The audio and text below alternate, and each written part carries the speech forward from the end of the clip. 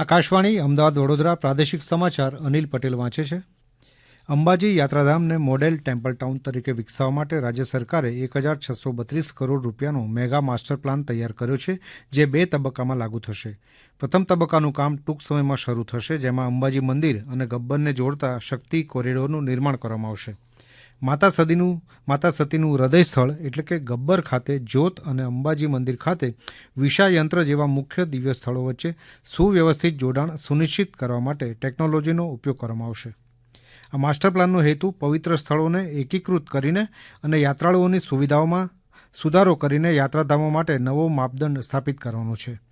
યોજના હેઠળ મેળા અને ગરબા માટે ઇવેન્ટ પ્લાઝા બનાવવામાં આવશે અને શ્રદ્ધાળુ માટે નવી યાત્રી નિવાસ સુવિધા ઊભી કરવામાં આવશે. આ ઉપરાંત ચાચર ચોકનું 3 ગણું વિસ્તરણ કરવામાં આવશે. રાજ્યના કેટલાક જિલ્લામાં આજે સામાન્ય વરસાદ થયાના અહેવાલ છે. અરવલ્લી જિલ્લાના વિવિધ વિસ્તારમાં આજે સવારે 10 વાગ્યા સુધી વાદળો છવાયેલા જોવા મળ્યા, ત્યારબાદ ધોધમાર વરસાદ વરસ્યો. દક્ષિણ ગુજરાતની જીવાદોરી સમાન ઉકાઈ બંધમાં સતત પાણીની આવક થતાં બંધની સપાટીમાં સતત વધારો થઈ રહ્યો છે. આજે પણ બંધના ઉપરવાસમાંથી સતત પાણી આવતા બંધની સપાટી 328 ફૂટને પાર પહોંચી ગઈ છે. પંચમહાલમાં લાંબા વિરામ બાદ શનિવારની મધ્ય રાત્રિથી વરસાદ થતાં તાપમાનમાં ઘટાડો થયો. જિલ્લામાં અત્યાર સુધીનો મોસમનો કુલ સરેરાશ 63% વધુ વરસાદ નોંધાયો છે. દરમિયાન સૌથી વધુ 950 મિલીમીટર વરસાદ જાંબુઘોડામાં થયો છે. બીજી તરફ ભાવનગરમાં સારા વરસાદથી 3,74,000 હેક્ટરમાં ખરીફ પાકનું વાવેતર પૂર્ણ થયું છે. સૌથી વધુ કપાસ અને મગફળીનું વાવેતર થયું હોવાના અહેવાલ છે. ઉપરવાસના સરહદી વિસ્તાર અને મધ્યપ્રદેશમાં ભારે વરસાદને પગલે છોટાઉદેપુર જિલ્લાની સુક્તા નદીમાં ઘોડાપૂર આવ્યું છે. હવામાન વિભાગે આજે દક્ષિણ અને મધ્ય ગુજરાતના કેટલાક જિલ્લામાં છૂટાછવાયા સ્થળોએ ભારે વરસાદની આગાહી કરી છે. દરમિયાન માછીમારોને 1 ઓગસ્ટ સુધી દરિયો ન ખેડવાની સૂચના અપાઈ છે. રાજ્યમાં આજે વરસાદનું જોર ઘટતા બપોરે 12 વાગ્યા સુધીમાં 69 તાલુકામાં વરસાદ થયો છે. સૌથી વધુ 1 ઇંચ સુધી વરસાદ છોટાઉદેપુર, કપરાડા, વઘઈ અને સુબીર તાલુકામાં નોંધાયો છે. ચેન્નાઈમાં ઓગસ્ટ મહિનામાં રમાનારી રાષ્ટ્રીય કક્ષાની ટેનિસ ક્રિકેટ ટુર્નામેન્ટ માટે સાબરકાંઠાની 12 મહિલાઓની પસંદગી થઈ છે. આ પહેલા રાજ્યકક્ષાની આ સ્પર્ધા સાબરકાંઠાના હિંમતનગરમાં રમાઈ હતી, જેમાં ગુજરાત ટેનિસ ક્રિકેટ દ્વારા વિવિધ ટીમ વચ્ચે સ્પર્ધા થઈ. ત્યારબાદ આ તમામ મહિલાઓની પસંદગી થતાં સ્થાનિકોમાં આનંદની લાગણી જોવા મળી છે. આ અંગે સ્પર્ધક રાધે પટેલે વધુ માહિતી આપી. અમે અમારી ટીમ લઈને જઈ રહ્યા છીએ ચેન્નઈ ખાતે ક્રિકેટ રમવા માટે અને ગુજરાતને રિપ્રેઝેન્ટ કરવા માટે. અમે જીતીને જ આવશું એ ઉત્સાહથી જઈ રહ્યા છીએ. અમારી આખી ટીમ રેડી છે અને અમે જીતીને આવશું, ગુજરાતનું ગૌરવ વધારશું અને અમારી સમાજનું ગૌરવ વધારશું. છોટાઉદેપુરના જંગલ વિસ્તારમાં સ્થાનિક જાતના બીજોથી બનાવાયેલા 1 લાખથી વધુ સીડ બોમ્બ ફેંકવામાં આવ્યા હતા. 100થી વધુ સ્વયંસેવકો દ્વારા વૃક્ષારોપણ અને જંગલ વિસ્તારની સફાઈ કરવામાં આવી હતી.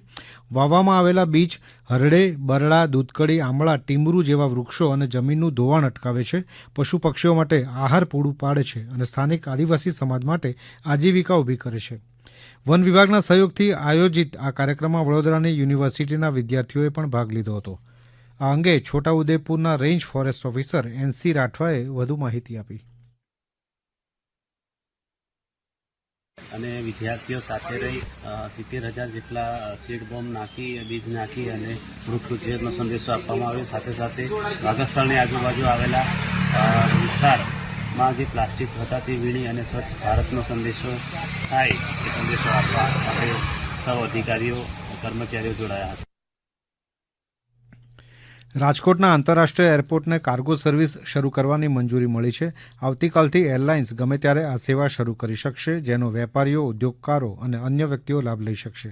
કાર્ગો સર્વિસ શરૂ થતાં માત્ર રાજકોટ નહીં પણ સમગ્ર સૌરાષ્ટ્રના નાના, મધ્યમ તેમજ મોટા ઉદ્યોગો અને વેપાર ગૃહોને અમદાવાદ સુધીનો ધક્કો નહીં થાય.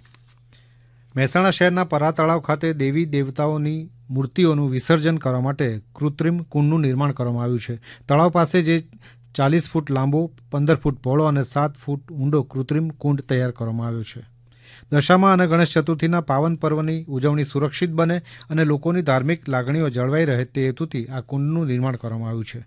પર્યાવરણની જાળવણી કરવા અને દુર્ઘટના ટાળવા છેલ્લા 5 વર્ષથી આ આયોજન કરવામાં આવે છે. આ સમાચાર આપ આકાશવાણીના અમદાવાદ વડોદરા કેન્દ્ર પરથી સાંભળી રહ્યા હતા. આ સમાચારનું જીવંત પ્રસારણ આપ અમારી YouTube channel AIR news Gujarat પર પણ સાંભળી શકશો. વધુ સમાચાર માટે અમારી વેબસાઇટ newsonair.gov.in/gu અને અમારા એક્સ હેન્ડલ AIR_news_ABED ને ફોલો કરશો.